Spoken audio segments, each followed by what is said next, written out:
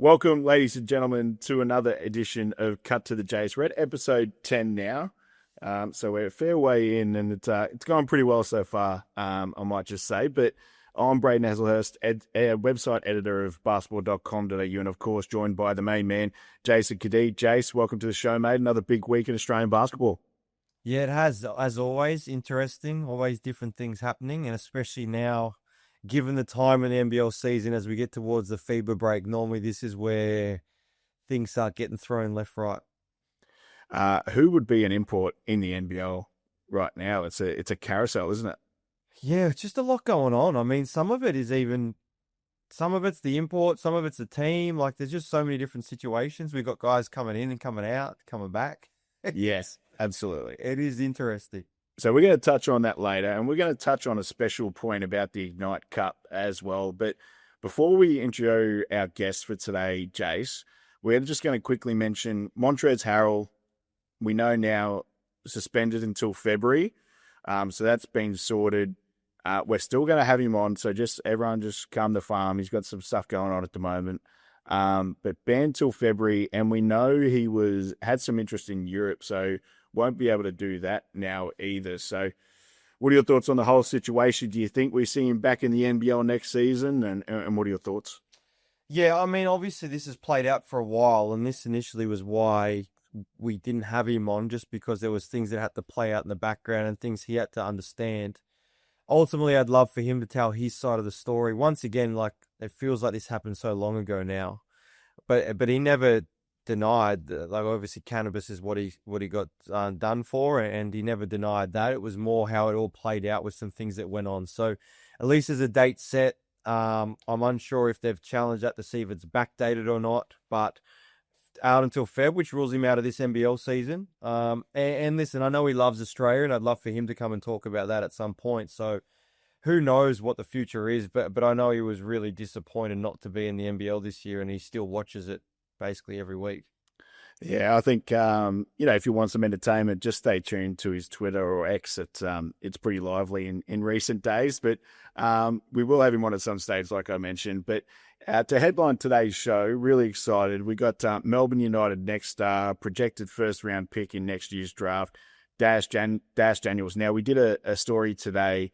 The latest ESPN mock draft came out, had him at 23, and then Sam Vecini from The Athletic and the New York Times had him at 14 last week. So it's a stacked draft class, but Dash really doing his chances no harm considering how well he started the season, Jase. Yeah, no, I think he's been really impressive. And one of the things that these next stars do get, as we spoke to Liam in earlier episodes, is you see them play against men. And you also see them play at a pace of play which is relevant to the NBA. And so I think that transfers.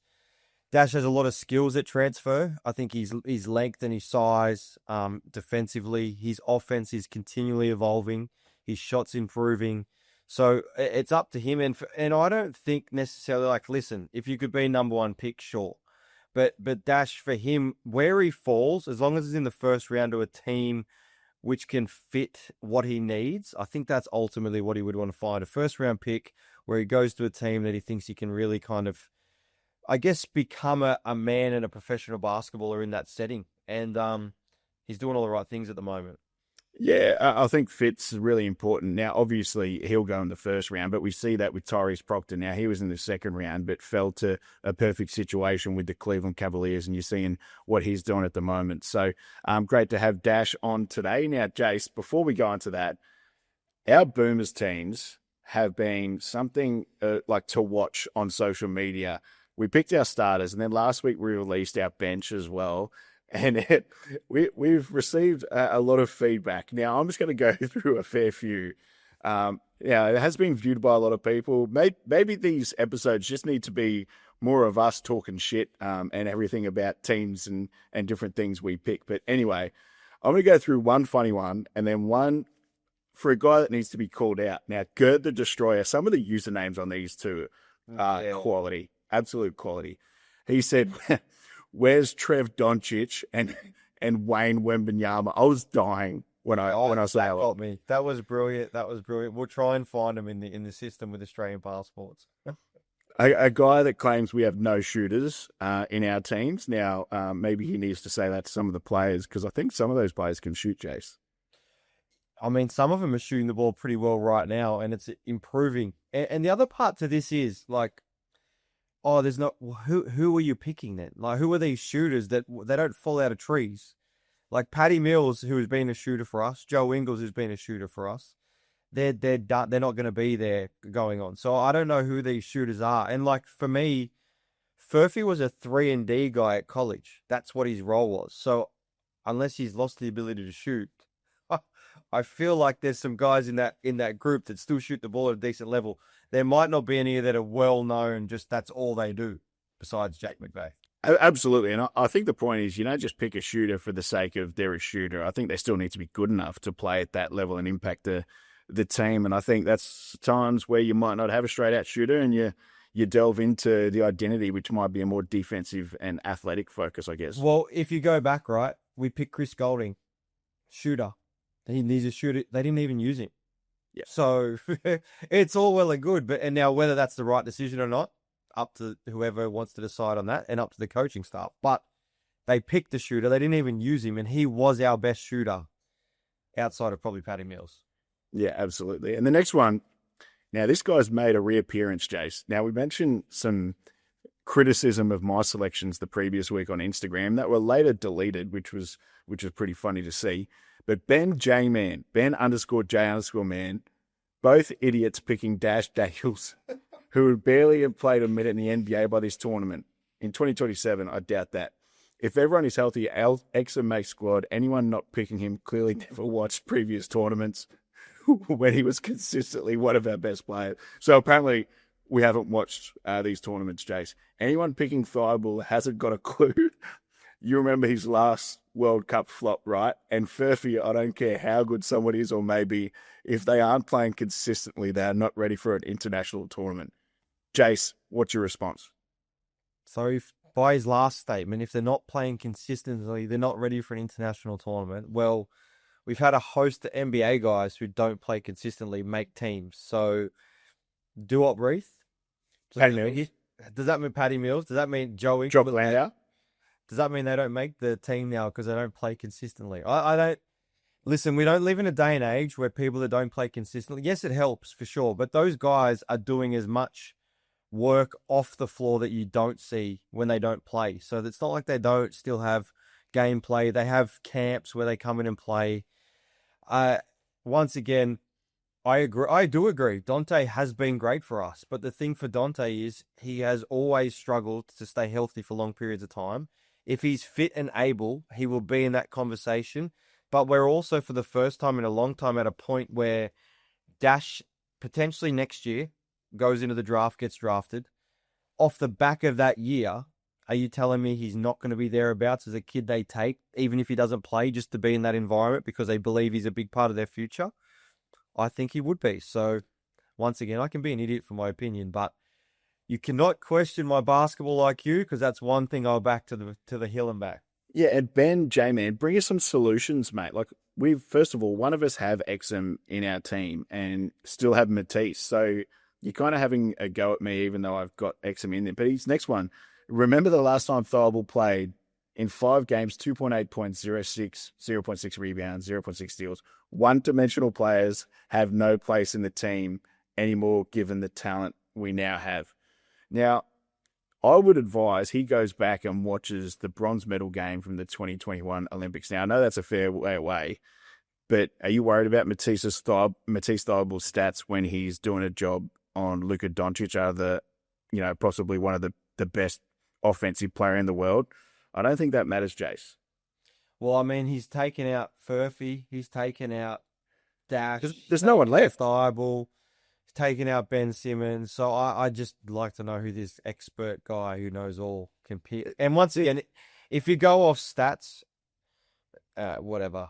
If that's what you're going off stats, fair enough. The stats don't lie in terms of the numbers, but I also like to judge off feel and what people bring to a group and what helps other people operate.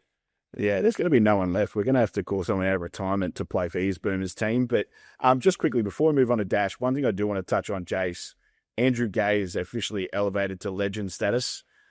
this week. A hell of an achievement for someone who's basically the icon of Australian basketball. You played for him at the Sydney Kings as well, but a massive achievement and no one more deserving than Andrew Gaze.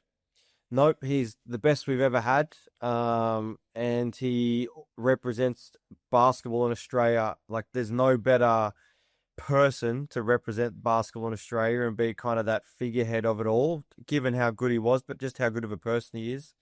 I loved my time being around him as a player. He had some times with coaching that was a challenge because Drewy was so good at basketball that he couldn't control how bad some of the basketball players were because they weren't like him.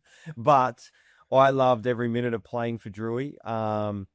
And the fact that he's been honoured in that, I hope there's more. If there is any more accolades he can get, he should get them because he deserves them. And what a person to have as a basketball country be one of your spokespeople. What was it like to play for him and watch and turn to the sidelines and see one of his facial reactions just during his coaching? It was eventful to watch. Eventful. I actually used to say to him, I said, Drewy, I think maybe that year would have been one of the worst free throw percentages I had in a long time in that patch. And I would think about Drewy's reaction because Drewy didn't understand why people miss free throws. How do you miss free throws? And I said, Drewy, not everyone shoots the ball like you do, mate, or gets to shoot as many as you do every game. So it's different. So I used to think about his reaction as I was shooting free throws. And Copes used to kill him. Copes used to be like, Drewy, man, you put too much pressure on... exclamation with different words on the end of it. But no, he was eventful. Like, I'd find myself playing cards with him and Copes all the time because they were so competitive. It was a fun environment. And Drewy's an all-time legend and been honoured in that way. Yeah, I hope sometimes we get to see him back on the sidelines. I know NBL 1 level he's coaching, but just for me to see that as well as the press conferences, I hope that happens in sometime in the near future. But we digress. Now, Jase, it's time to move on to our special guest interview for the day, which is with Melbourne United next star, Dash Daniels.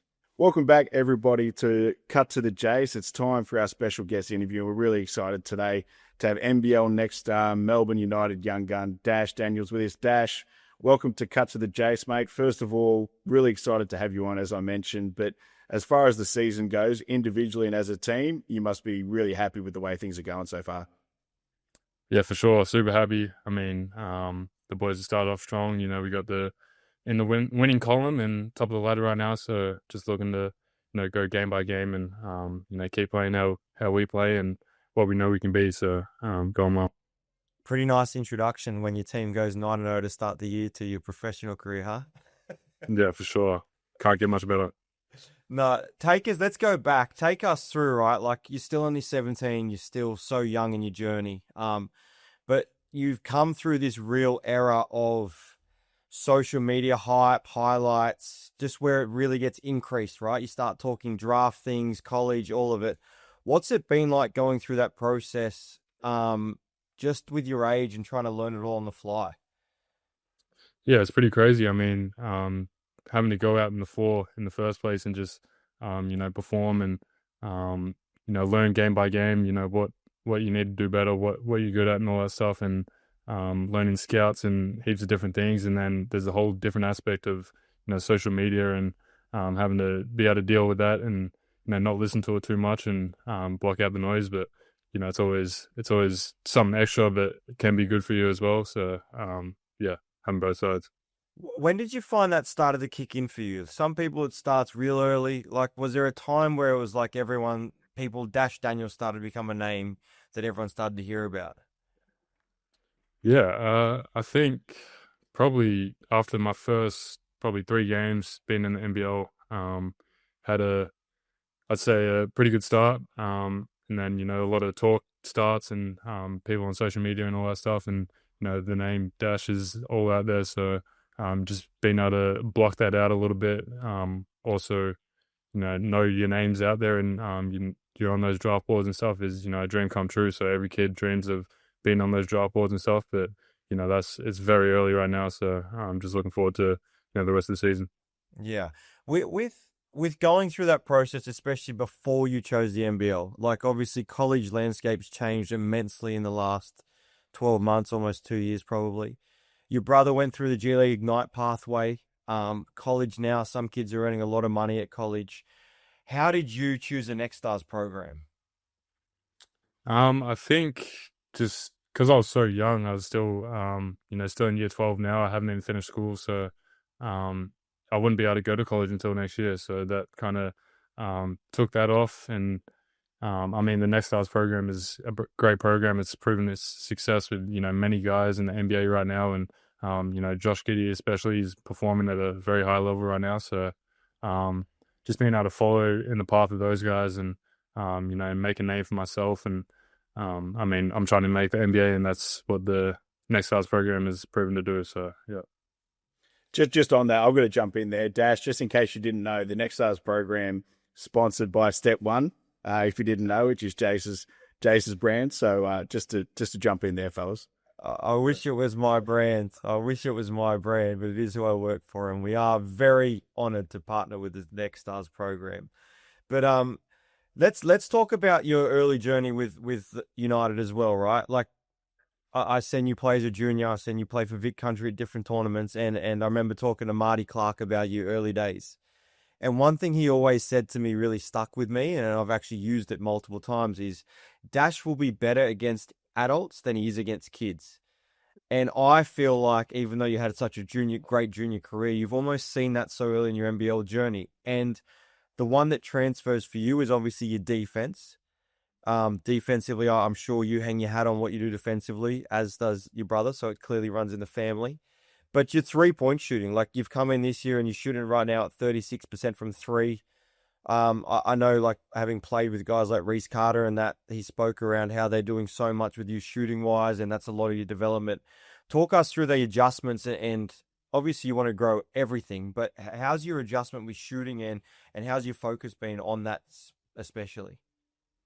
Yeah, I mean, coming into United, my shot, wasn't at the level that I wanted it to be at, and I'm still looking to improve, every single day. And I think there was a lot of aspects that were wrong with my shot, and with my balance leaning to the left, coming across my body with the ball, and there's a lot of things that you don't want in your shot. You want it to be pretty basic and straightforward. So just trying to get rid of those things.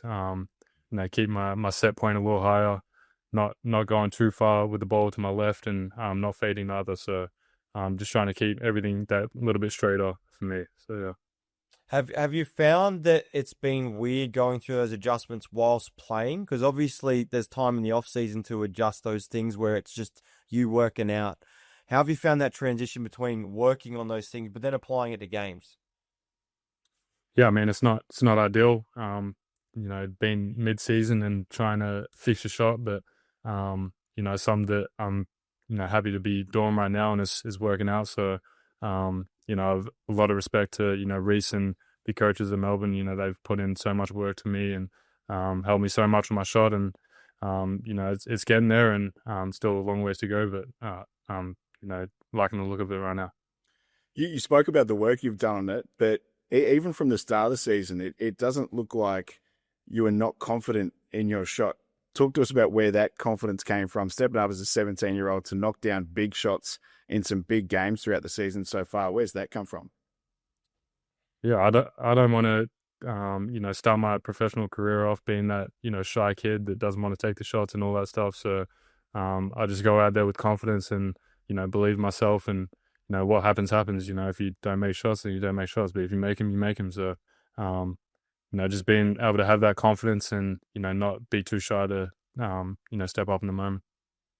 No, I think that's massive. And it's true. And I think that comes a lot from the coaching. And to your point, it's not ideal, but as you said earlier, long-term thinking, being able to work on that right now goes so far in what your long-term journey is. On being a defender, and you've already becoming a well-known defender in the NBL, which is amazing as a 17-year-old. What's it been like given, like I seen CG talk about earlier, they give you the tough assignments and you roll out and you play Adelaide and you roll out to guard Bryce Cotton, who's been one of the best NBL players we've had possibly ever besides maybe Andrew Jase. How's that been and how's that adjustment been? Yeah, I mean, I love it. I love playing defense. I love, guarding the best player on the other team. I don't like to, be sitting on the sidelines and seeing those guys, make shots and go off. So I always want to be the one guarding them. And I think I can put up a good challenge every night. So being able to force him into those tough shots, Bryce Cotton is a unreal player, and just being able to force him into those tougher shots. He's going to make them, but just being able to limit the amount of catches he gets and all that sort of thing. But yeah, I love playing at the end of the day. So here's one for you. Who's a better defender, you or your brother? Yeah, that's a tricky one. I'm always going to say me, but yeah, there's definitely a lot of sides to that. What's it been like? Obviously, your family's been involved in basketball a long time, and your dad, and now your brother's very much in that NBA journey. Just signs a new contract coming out of his rookie. What's it been like having him to bounce stuff off? Like for me, I was also fortunate in terms of my mum and dad had such a heavy role in basketball that you can kind of go home and be talking about something at dinner, and you're getting incredible feedback. So how have you found that, especially probably with your brother, who's just a few years ahead in his journey? Yeah, I mean, it's very helpful to, have someone in your family be able to go through all the pathways that you went through yourself and make it at the highest level, and, being able to succeed at the highest level as well. That's what, I'm trying to do. And, not only try and make the NBA, I'm trying to, have a huge impact on whatever team that may be. But being able to have him by my side and, get that, little bits of advice every now and then from, him and him watching my games all the time. He just lets me go out there, be myself, have fun. But, he gives me little bits of advice every now and then. Is there any particular advice he's given you throughout this whole period, especially, like we said before, like there's mock drafts, there's hype on social media, there's, the ebbs and flows of being a professional and that now. Is there any sort of one particular piece of advice he's given you throughout this whole process? Yeah, he has. Mainly just to, be myself. There's going to be ups and downs during the season, but you got to be able to ride the wave. And as I said, that not everything's going to be all highs. There's going to be lows. You got to be able to fight your way through, and you're going to learn game by game and get better each game. So that's the main thing that he's told me. Do you ever, and it's one of those things sometimes you kind of get given information, but do you seek it? Like, do you ask him things, or if you're watching certain things, do you go to him and say, "Hey, I'm thinking this. What do you think in this situation?" Is there ever anything like that between you? Because you are brothers, so you are also competitive, but it's obviously a different feel when your brother's going through it. Yeah, a little bit. Not too much of asking him what I should do, but like if there's different situations in the game that I'm pretty uncertain on or something like that, then I'll ask him like, what would you do in this situation, or what could be better. But it's not too much of that. Just go out there and be yourself. So the next part too is, I guess, like obviously having that side, but you've chosen to go to United. You're a Melbourne boy, and now you're playing for, in my opinion, one of the best coaches. Like Dean Vickerman's an elite coach, and he's someone I spent 1 year, and he was our assistant at Sydney. And I loved every moment of it because you could tell how much he loves basketball. He's a great person. Firstly, before I get into the team, what's it been like playing for Dino and having someone like him in your corner? Yeah, he's unreal. I mean, every day of practice, he's always talking to every single guy in the team.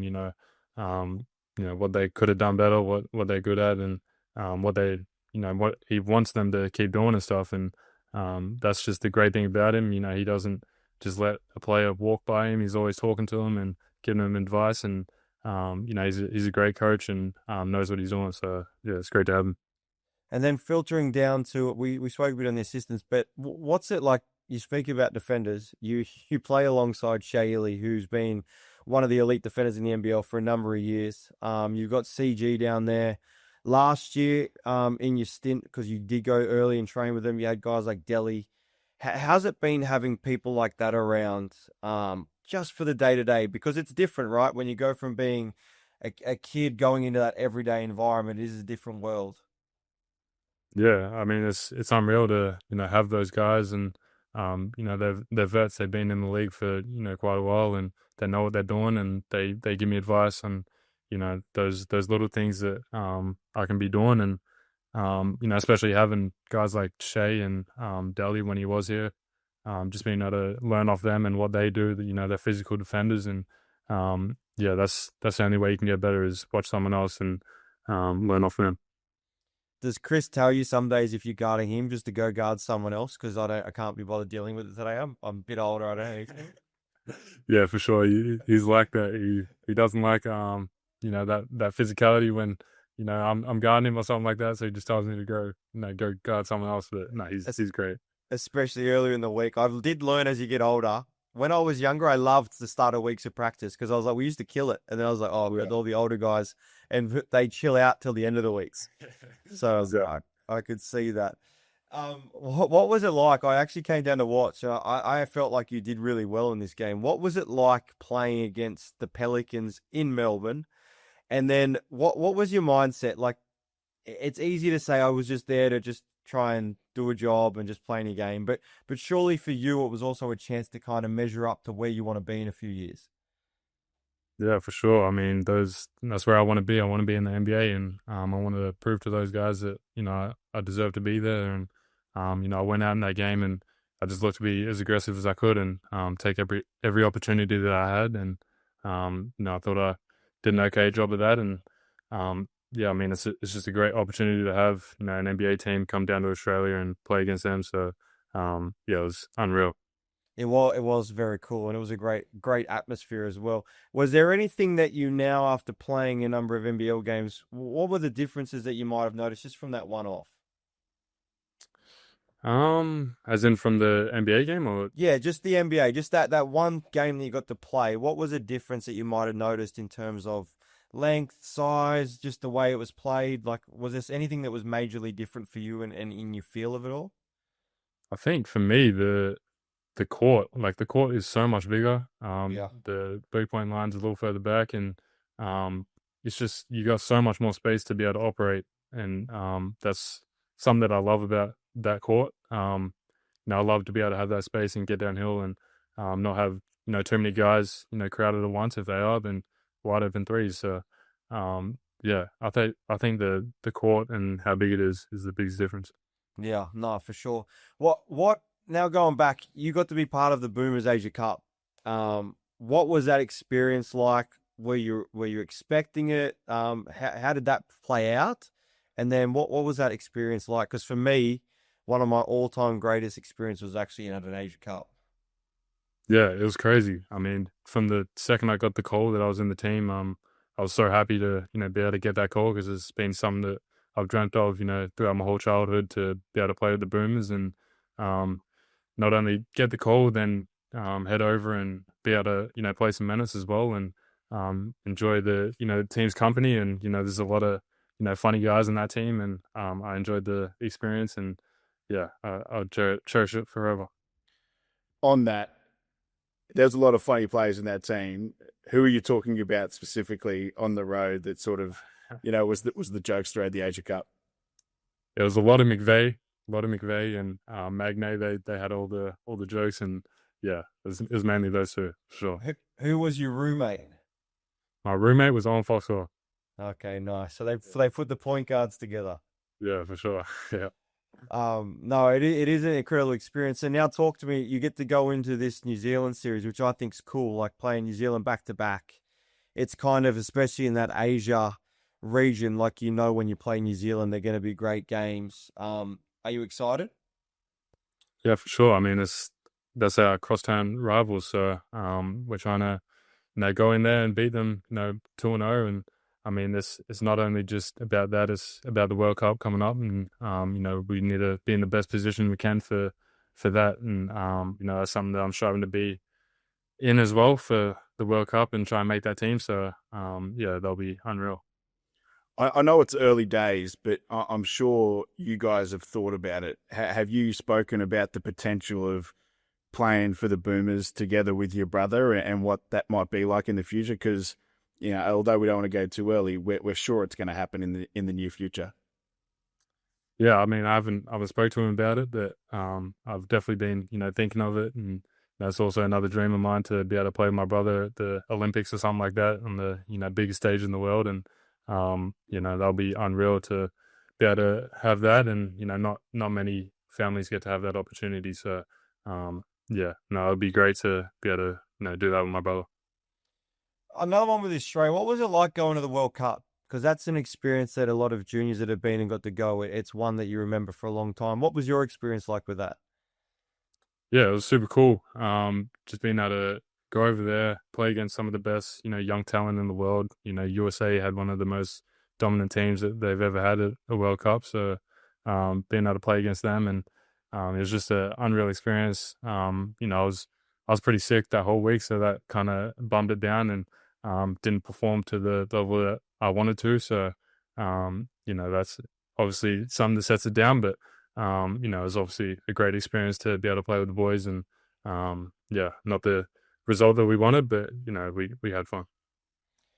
Have you had a welcome to the NBL or welcome to professional basketball moment yet? Has something happened, or you walked on, you're like, oh, hang on a second, I'm actually playing out here? I haven't really thought about it.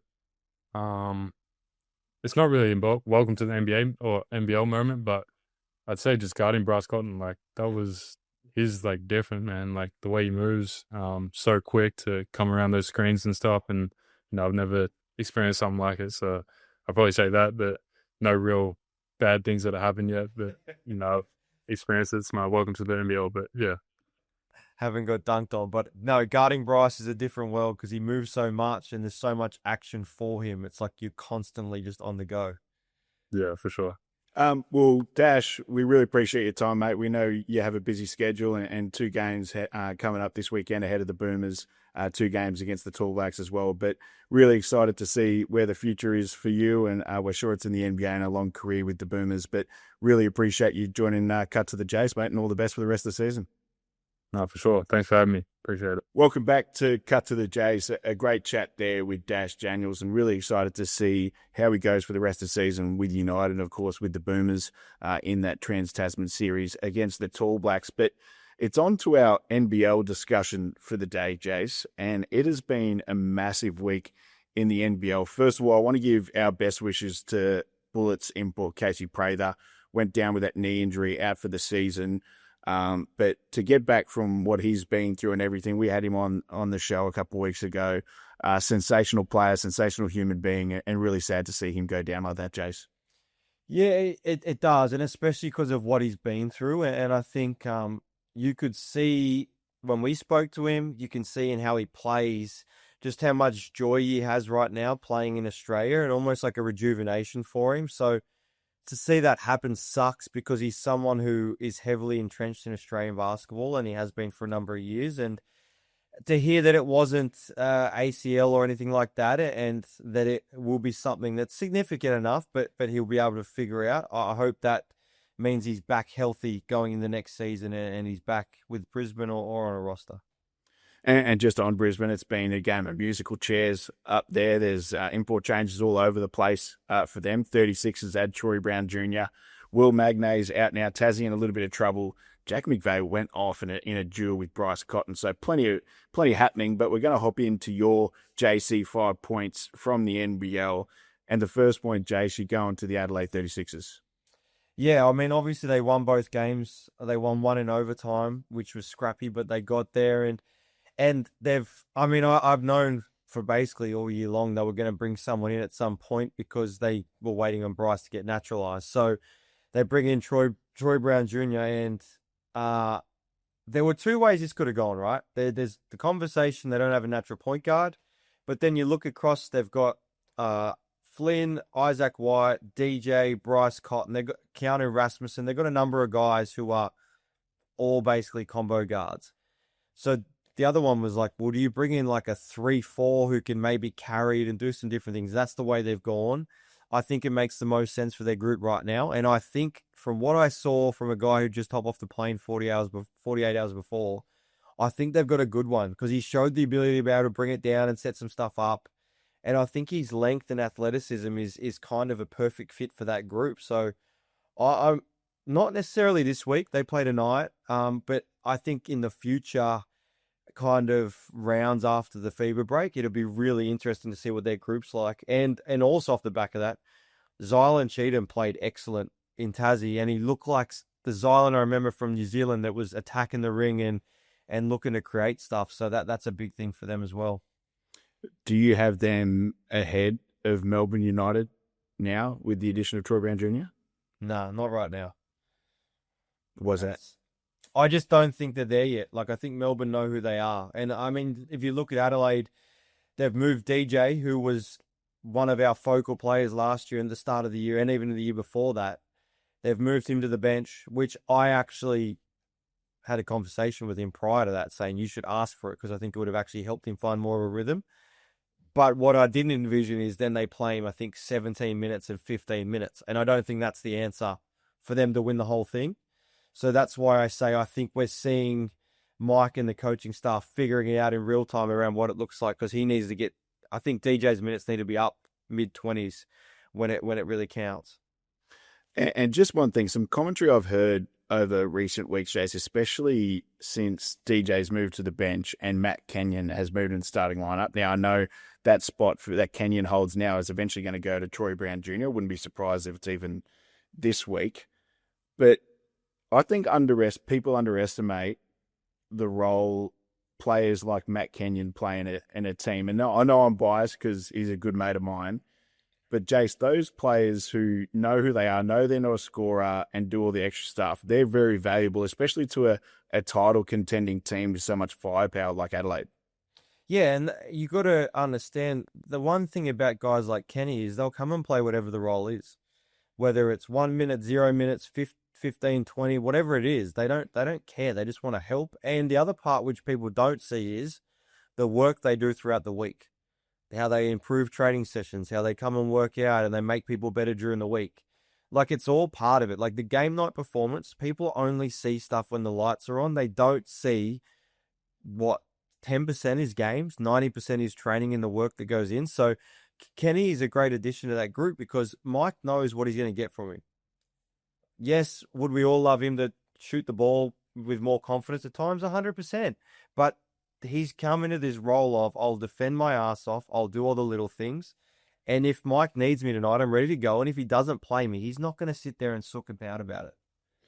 I've got an opinion piece happening on basketball.com.au for that, Jase, and we'll go on to your points in a sec. But we brought it up sort of with Anthony Drumick last week for the Jack Jumpers and how their losing streak has coincided with him being out. Now, he's more of an all-rounded player that can shoot the ball and score and that. But, it goes to me, there's no surprise when you look at the title contending teams that they have players like a Kyle Bowen, like Fabian Krislovich, and those guys playing a role. And then you look at Cairns and some other, the Bullets and some other players or other teams, and they don't really have those type of guys. And to me, they're just invaluable for a team during the season. Well, it just makes all the difference. And I think at the end of the day, athletes are wired to try and improve and get better and better and better. And often how you show that is by playing games. Ultimately, everyone wants to play. So there's obviously the ego check sometimes when you don't play as much as you think. And I've always spoke around our environments like, guys, when you walk out of a change room, if you didn't play and your missus or your friends or your mom and dad start saying, oh, you're not playing enough, what's going on? If you buy into that, it's going to ruin what you bring to training and what you bring to the environment. So being able to control your own environment and still bring all those things to the table, I think those are why those guys are so important, and they forever will be in basketball. If you had a team of stars, it'd go terribly over the course of a season. Absolutely. And, we'll move on to our next point now. And speaking of Cairns type ends, a big addition for them has been Mojave King. He looks like a revolution for that type end side. Yeah, obviously Cairns are struggling at the moment and they've had a lot go on. Injuries, people in and out. Wardenberg, who's arguably their marquee player, has not been available all year long, besides Jack McVeigh, obviously. But they've missed some pieces. And then for Mo to come in and really have been like, where was Mo going? No one really knew. He's averaging almost 15 points a game. It's his highest by 7 or 8. I think last year he might have averaged 8. He's shooting the ball at above 40% from 3. Like, he's actually brought them something which they were missing a little bit. So that if they can get their pieces back together and come out of the FIBA break, like, I think they can win some games and make it a little bit interesting. But for him to come out and he hasn't really stamped himself in the NBL, right? He's had moments and had good games here and there, but I actually think so far in his 5 or 6 games, he's been very consistent, and he's a great kid from a great family, so it's good to see.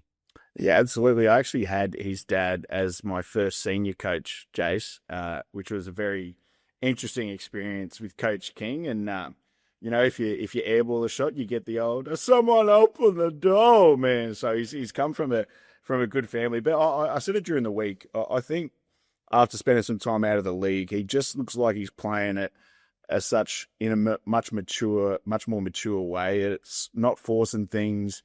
He's looking for the open three. Obviously, he's an athlete, but he's slowed down a little bit, and it just looks like it's coming easy to him at the moment. Yeah, I often say you can tell when people are pretty comfortable in their own shoes, and I feel like Mo's basketball translates that. Like he looks very comfortable in how he's playing, the shots he's taking, and knowing what 40 and that coaching staff are like, I'm sure that they're feeding him into like, hey, we need you to actually come in and be aggressive because they do. They need some secondary scorers alongside Jack and people to be able to create off the dribble a little bit. So, interesting how he'll go, and once they get their full group, he'll definitely be a great addition. Point number 3, a duel that was worth the price of admission on Sunday. Bryce Cotton versus Jack McVeigh was certainly one to watch, Jace. Anytime you have someone have 41 and the other person have 39 and go back and forth, it's something that everyone wants to watch. It doesn't matter what the level is. But I just thought Cairns showed you like that is a good version of you. How do you replicate that? And that can help you win games. And Jack flirted with a triple-double. He had 39 points, but he also had 8 rebounds and 7 assists. So that's a fair outing. And Bryce just doing Bryce things. He had 41 points in a weekend where people start going, oh, maybe McGee's going to be MVP. And then Bryce says, yeah, he's 41 points and a win. So, no, it was a great game. And those two especially, like it was quality basketball to watch. Yeah, Damon Lowry was in town to commentate that one in front of Bryce Cotton too. So it'd be interesting to see if there was an interaction between the two before the game. But for the 4th point, Jace, again, we've asked it before. What's going on in Brisbane? Oh, I don't know. So we spoke about Casey before, and that's a shame because he was kind of their heartbeat, and he has been for a few years. And then the one positive I do have is Nordo, like come back, played really well. He also is very much the heartbeat of that group because he's been around, he plays hard, he knows how to play. Sometimes that doesn't need injury because he's diving all over the floor, but offensively, he actually played very well in the weekend. But just the makings of how all this has played out, like the timing of Casey, obviously no one can pick that. Jalen gets sent. Then they bring back an import, and Freeman Liberty, from all reports, didn't want to be there. Mental health stuff going on, which is never good to see when someone's going through that overseas. So they do let him go. And then he makes some phone calls and says, I want to come back. What are we going to see this week? They're in a position where they're not like there's a group that's really in around it, but there's starting to be some people separate themselves a little bit. And so you kind of need to pick up wins now. Yes, they get to figure it out in the fever break, and we know how talented Freeman Liberty is. There was so much talk about how good he is, and the fact he's reached out to them saying, I want to come back, I think is exciting. But someone said something the other day like, oh, Brisbane's going to Brisbane. And I was a part of the initial part of the probably Brisbane's going to Brisbane when I was there after Andre Lamanis left. So I've seen a bit of it from the inside. And I've said it before. I love that fan base. I really do. Like they were so great to us when we were there, and they really enjoy and want to be around it and want it to do well. And there's just a lot going on, and it's hard to keep up with. And I don't know if it's hard to support, but it would be hard to keep track of with some of these things. Yeah, as you mentioned, Javon Freeman Liberty coming back. Terry Taylor signed as former Sacramento Kings forward. Now, I've heard some comparisons between sort of him and Jason Cadee, who played for the Sydney Kings a couple of years ago, who's now in the NBA. You mentioned Nordo in that really good game. Lamar Patterson, be interesting to see what happens with him. And then this week against Southeast Melbourne, now Jawan Freeman Liberty or Terry Taylor not expected to play, but I think Sam McDaniel is going to be back for that one, which is huge for them. But I've got a bit of a point on this, Jay, so I just want to say, and builds on your point about the Brisbane Bullets. I think how this season goes from now is huge for the franchise, huge for the ownership group, and huge for the front office. This really needs to to pan out for them, because I think it's danger signs for everyone involved if it doesn't. Now, I know they've had a lot of adversity, but so has every team in the league, so that's no excuse. But they've got to somehow snap this run of mediocrity that the Bullets have had for a long time, Jase. And Javon Freeman-Liberty has the potential to do that. Yes, they got Terry Taylor in, but you mentioned the fan base. I know they're at a bigger venue now, the Entertainment Centre, but previously at Nissan Arena, they were selling out games when they weren't making playoffs and everything. Now people are driving out to Boondall for Thursday and Friday night games, even though that place is one of the hardest places to get to in an early time slot because of the traffic. People who haven't been in Brisbane don't understand how tough that place is to get to. It's a really faithful fan base, and I just think it's a massive part of their history, Jace. They need this to work out, or I think there's a lot of questions that need to be answered in the off-season. Yeah, no, and it is. It's actually just where they're at. Like, it's just, I know it's sometimes easier from outside the four walls to say that, but it is actually just, it's a direct representation of where they sit. And even some of the decisions they've made and how they've ended up, well, sometimes there's a few people that know around that say, well, I'm not surprised by that. And so I think for them, you're right. Like, playing at Nissan Arena, was it your ideal arena? No, because it's not your Kudos Bank Arena or places like that. But when I was there, it was home, and it had a vibe, it had an atmosphere. Like, I had people that come along, whether they were basketball or not basketball, and they'd sit in that place and they go, this place is sick, it's live in here. And I was also part of the team the year before that played at the good old convention center, which was a library. So I watched the change from that, and we played games at Boondall. We didn't like going to Boondall. It was too far. It was out of the way. Didn't really have the greatest atmosphere either. So Nissan, even though it wasn't ideal, was a home. They've made the move out to the bigger arena. I know there's been talks for years about them trying to find their own arena. Maybe that's geared around the Olympics, but that's still, they need to worry about now. And right now they need to start making some decisions, I believe, that just makes sense for the club, the team, and what it looks like, so that people can truly embrace it and make sense of it. Sometimes you look at things and go, if it doesn't make sense, how am I supposed to make sense of that? So look, I love the fan base. I love the club. I loved being a part of it. At one point I thought Brisbane was going to be where I never left. So things didn't work out that way, but I would love to see some things work in their favor, because there is a lot of good people around that place. And just to build on to that point, now we do have a lot of Bullets fans who reach out to me during the week after our show and different things. Now, there is a lot of good things happening. You know, I know the reason behind the move to Boondall. They kind of outgrew Nissan as much as, you know, it was a great place as far as atmosphere and everything. And there were some other reasons behind that move. Now, off the court, corporate sponsorship-wise, membership-wise and everything, they've increased in recent years. But as I've said to some people there, you still need on-court success. You need to fix that run of, you know, poor performances. They haven't played finals since, I think it was you were there, Jason. You got swept by the Perth Wildcats, which I think was Andre Lamatis' second or third year. So they need to have some on-court success for this to go anywhere, because at the end of the day, the fans and that don't really care about that behind-the-scenes sort of stuff.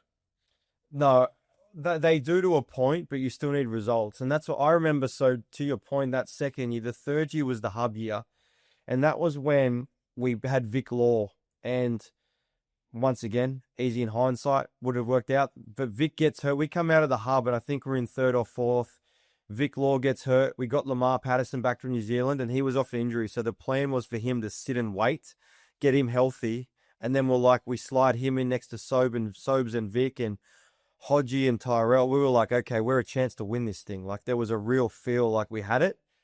Things didn't work out. Vic gets hurt. I think Tyrell ended up getting hurt. Anyway, it just didn't work. But I remember off the back of that third year, when Dre left, I was like, we are so close to being like one of those teams that are in the finals for multiple years. We just need to get the right pieces.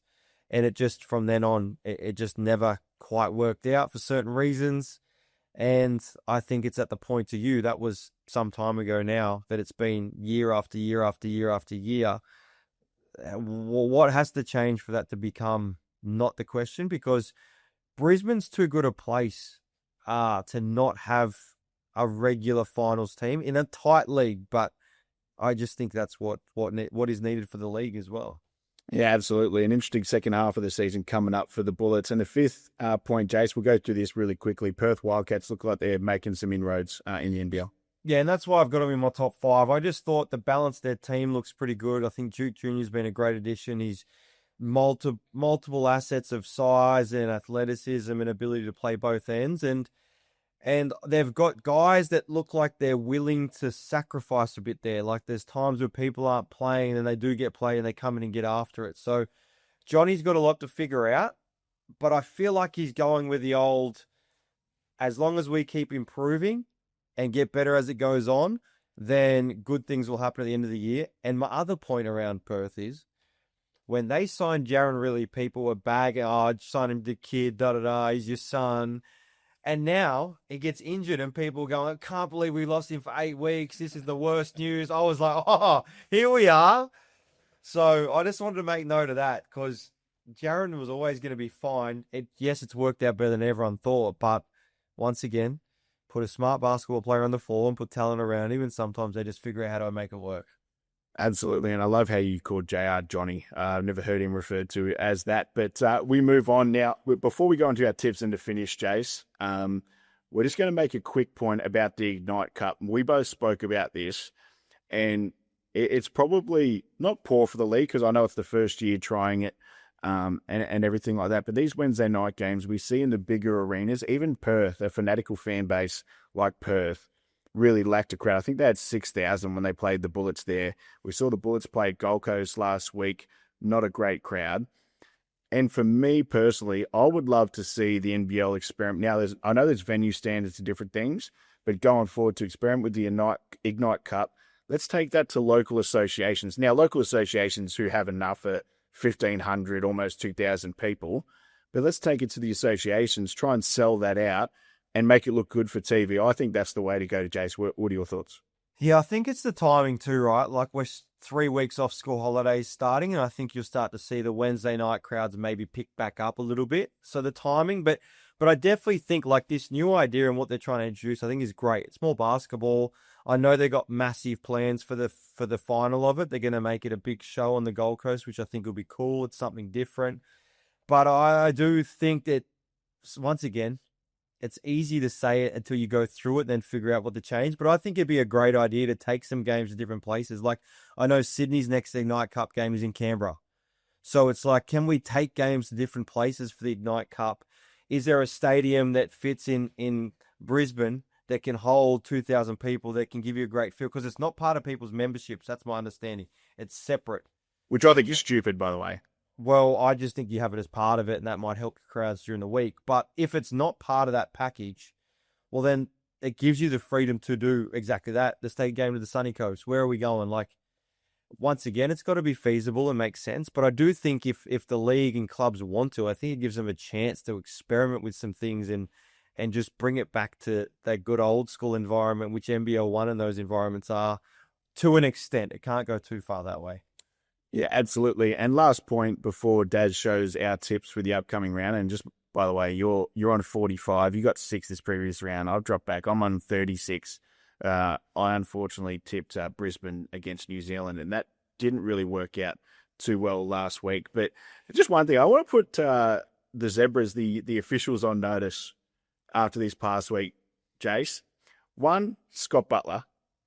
Now, Mitch Norton's drive to the basket where Tyson Walker was called for a foul, they reviewed it, and somehow it was successful. And because Scott Butler is on the call, he said that Tyson Walker did not move forward. Now, he moved at least 30 centimetres forward, and you can hear Andrew Gaze even like grimace on the microphone. I don't know if he knows the definition of forward. They both created contact, but Tyson definitely also created contact. He hit the ball clean, but it wasn't necessary. He moved forward and used his chest to bump him. Yeah, but, absolutely.